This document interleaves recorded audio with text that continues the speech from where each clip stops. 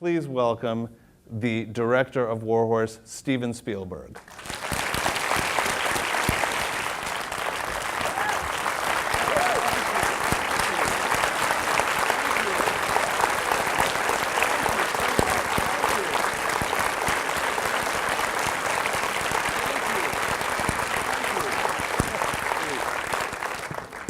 What first drew you to the project? Was it the Michael Morpurgo book? Because as we know, that became the basis for an extremely popular play that has run to great success both in London and now in New York. But was it the novel?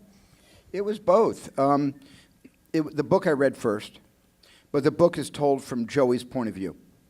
So the book basically is a horse narrating the experience that he had in Devon and in the Somme in World War I. The play, of course, uses spectacular puppetry to really create an emotional experience for the audience.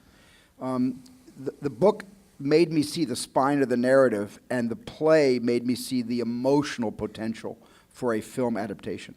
So it was really a combination of both. And I'd like to know if there was one scene or sequence in the film that was the most technically challenging to do, and also if there was one that was the most challenging, say, in terms of the emotional arc of the film or the storytelling of it. I can answer that question easily because the single most technical challenging sequence in the picture is when Joey runs through no man's land by himself at night, starting with being backed up by the tank, and then leaping over the tank and just running that blind, panicked, headlong run through no man's land and getting caught up in all that barbed wire. That was the most challenging because the only thing any of us cared about was that not a single horse was going to ever be injured making this picture. This picture wasn't worth the injury to a horse.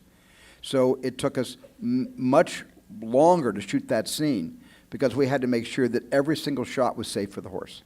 And that was and it was also at night, which means we're up all night, which is no fun when you're making a movie. And where was the film shot?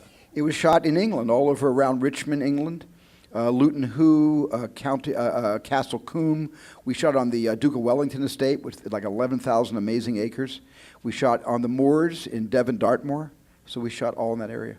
You know, a lot of people are going to wonder where the young man who's the star of the movie, who's not going to be familiar to most audiences, came from, Jeremy Irvine. Yeah, well, Jeremy, obviously he's British, and we looked in the UK for the right actor. I wanted an unknown to play Albert. I didn't want a well-known actor to play him, and so we started looking for unknowns, and part of that is just going through who's in theater currently, who's going to acting class, who's in school studying acting, who just wants to volunteer to come in to read for our casting directors. And so we really looked just for unknown actors, and it took months to find the right actor. Jeremy came in right in the middle of the casting process, and I saw him right, midway through casting, and felt that I'd found my Albert. But I thought, well, if I found him this early, there must be somebody better. So I looked for another 4 months, and then got on an airplane, went to England to meet him in person. And once I met him and tested him again, I think he tested 6 times, I realized that we weren't going to do any better than Jeremy. How much work does a script go through after you see it and decide you're interested in it? Well, there's a lot of scripts that I work on that I wind up never directing. Some of them go into my company and they're produced and they're made into movies, and some of them just disappear or get put in something we call turnaround. They go back to the writer. But a lot of drafts. I just believe in that every movie has. You can't start a movie by having the attitude that the script is finished. Because if you think the script is finished, your movie is finished before the first day of shooting. To me, it's fluid. It's always it's a living organism. A movie script is a living, breathing organism, and it must change as we change daily. And that means the script has to be available for an actor who has a great idea and comes to me, and I go to the writer. We work the idea in. So in that sense, Warhorse probably went through about 25 revisions within the 4 months of shooting in England. How much do you and John Williams talk about the way music is used as a narrative tool?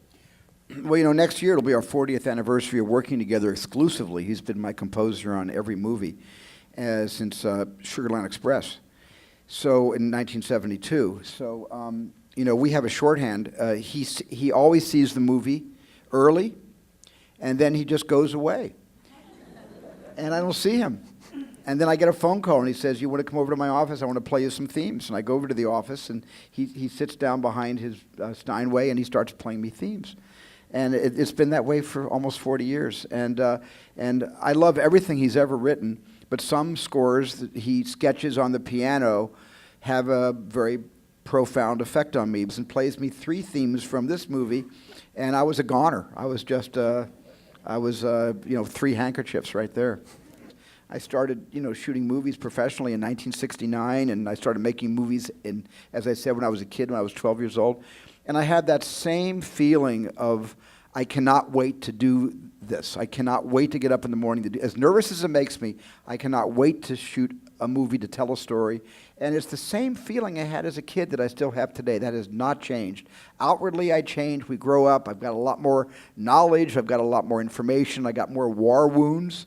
But what never changes is the passion that is no different than it was when I first picked up my first camera when I was a little kid. I'd like to thank our audiences here and in other cities for being here. Thank you very, very much to Steven Spielberg. The movie opens December 25th. Thank you very much.